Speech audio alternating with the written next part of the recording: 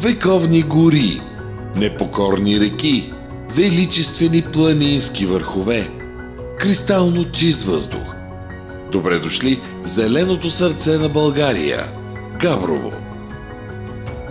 Габрово се слави с находчивите си хора и с неповторимото им чувство за хумор, с богатото си културно-историческо минало и с възможностите, които предоставя за развитие.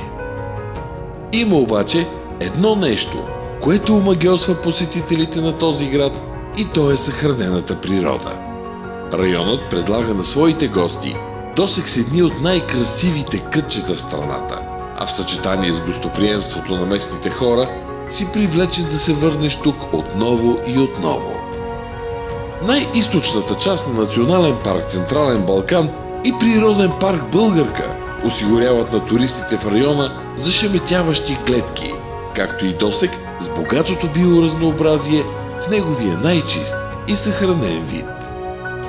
И ако това не е достатъчно, то в непосредствена близост до Габрово се намира географския център на страната – Озана.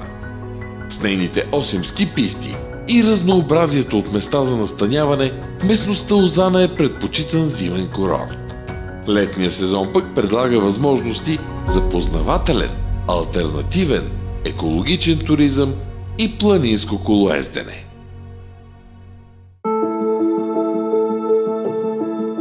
Пешеходния, вело и конен туризъм в района провокират и вдъхновяват дори и най-пасивните туристи и ги превръща в изследователи, а планинското колоездене и преходът с снегоходки връщат тук онези от гостите, които носят непокорния дух на планината.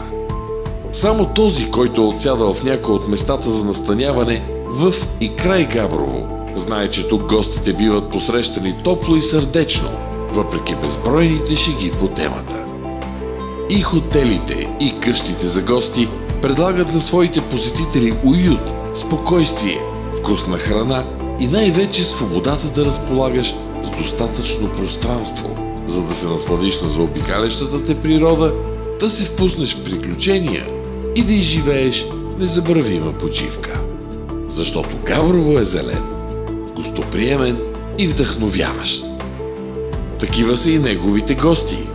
Тук с особена радост казват добре дошъл на всеки екологично отговорен посетител.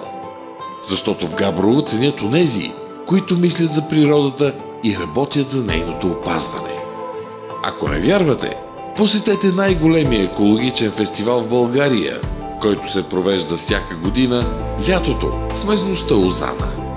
Тук си дават среща млади, енергични хора, пълни с идеи как да живеем в синхрон с природата и работещи усърдно в тази посока.